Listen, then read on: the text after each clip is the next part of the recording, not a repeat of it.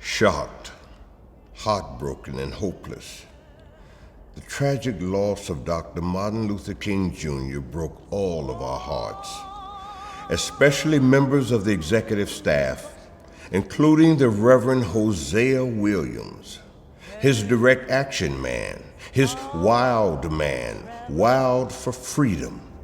But little did Hosea realize such pain would give birth to purpose.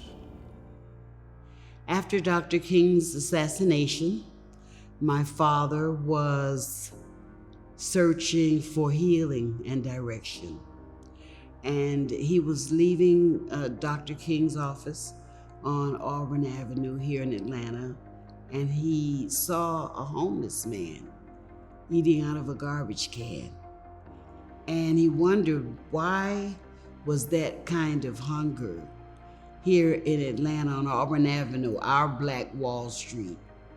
And he bought the man a fish sandwich, and the man began to tear through the paper and the wrapping that was around the fish sandwich, and told my dad that he hadn't eaten in 3 days.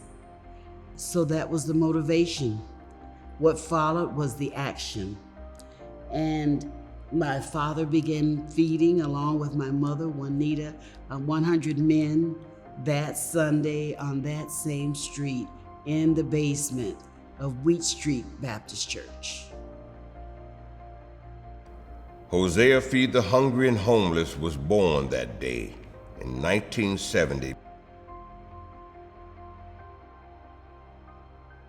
And it quickly grew from feeding 100 people to thousands. I came over here today and they just helped me with food and helped me to pay for my new apartment. The mere fact that I have peace of mind today, that alone is priceless. During the evolution of Hosea Feed the Hungry and Homeless, food has become a portal into the many needs of the underserved. And so dinners have expanded beyond just meals. An unshakable trust with the community has been established for over 50 years. And now known as Hosea Helps, 51,000 lives are transformed each year. After the passing of my parents in 2000, Afemo and I took the reins of the organization, or rather they fell on Afemo and I, and we accepted the call and began expanding the organization into year-round human services. What we realized was that providing food was a very small part of stabilizing the community. We decided to change the name of the organization to Hosea Helps, and added programs like rent assistance, utility assistance, employment placement, financial literacy, back to school jamboree for youth, and even expanded it into our work into Haiti and into the Philippines and internationally and in other states in the United States, and disaster relief in New Orleans and Houston. We added on to the holidays, Easter Sunday, Martin Luther King Day, and a children's Christmas party. So it really became a full-time, year-round human services organization. In March 2020, COVID-19 paralyzed the nonprofit community.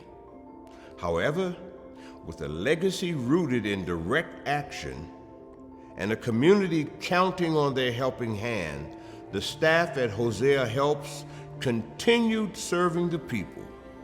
When the community's back is up against the wall and they look around and they have nowhere to go, they can come to Hosea Helps. During COVID, when we didn't shut down and our staff kept coming in every day serving people, since March of 2020 to today, we have given out over $2.5 million in rent assistance, preventing homelessness for people impacted by COVID. We distributed over $3 million in food and PPE supplies when people couldn't get their hands on hand sanitizer, things like toilet tissue, paper towels, masks. So where does the food come from? We receive it free and we give it away free. There's never any charge for our services. We receive food from companies like Publix, like Kroger, from companies like Coca-Cola, Delta Airlines, even the greater community and churches send products to Jose Feed the Hungry because they know that we will get it out immediately. We are there when the community has nowhere else to go. We fill in a gap. We are that bridge across those troubled waters so people have hope and they know that they can make it another day. Since the inception of Hosea Helps, programs to diverse communities exploded, and awareness of the many needs of the community grew. But what most people didn't know was that the organization had no place to call home.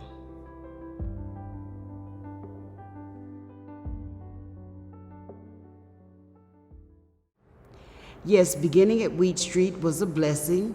From there, we were able to conduct events and programs in many different neighborhoods and locations.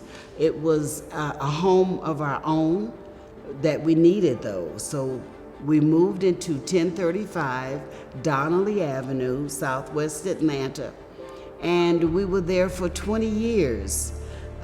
We had maintained the organization's full-time operation. But with development in the West End came gentrification along the Beltline, and our building was bought right out from under us.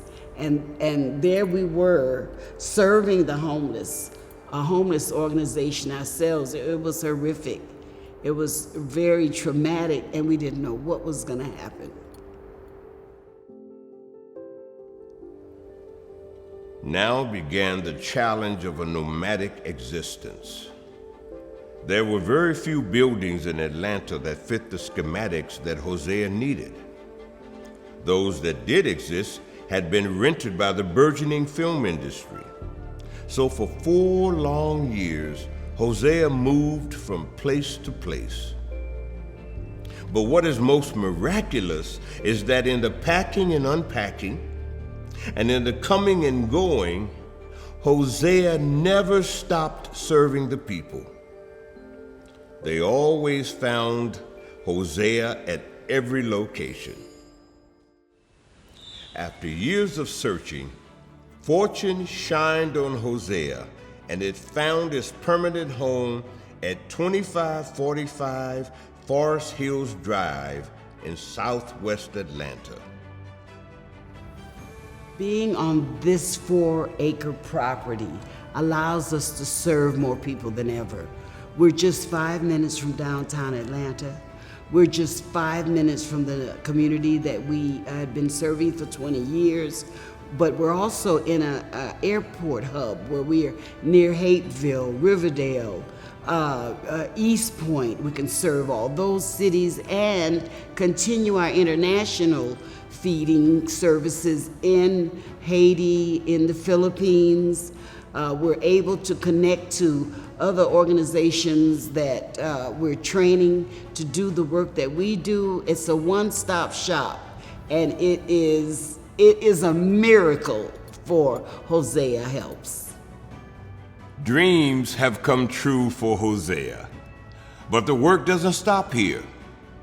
After all, standing in the face of poverty takes a village, and that includes the thousands of volunteers and donors who lend their helping hand each year.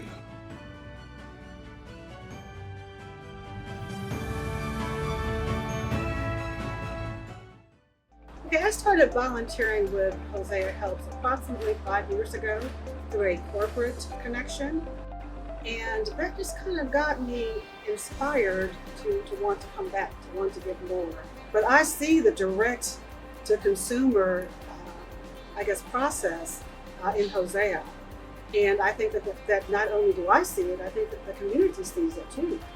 I think that this is a great place to be able to know that the time, effort, money, whatever you can give from your heart will definitely multiply. And it has a ripple effect.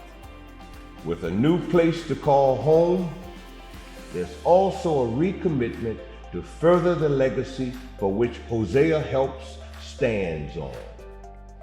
Just like the songs of today reflect the heart of our culture, the songs of the Civil Rights Movement reflected the heart of the movement. And there was one song that every time I get weary, every time I feel like I want to give up, it's, if I can help somebody as I pass along, if I can cheer somebody with a word or song, if I can show somebody that they're going wrong, then my living shall not be in vain. And I sing that song to myself because none of us want our living to be in vain. When we leave this place, we want to leave a legacy, just like Hosea Williams and Juanita Williams did. We want that legacy to say we made this planet a better place because we were here. And joining us at Hosea, walking with us through the trailer parks and through the projects and through the apartment complexes, knowing that you can see and put your hands on those that need your help and that give you back so much more than you could ever give them. On your last day, you'll be smiling.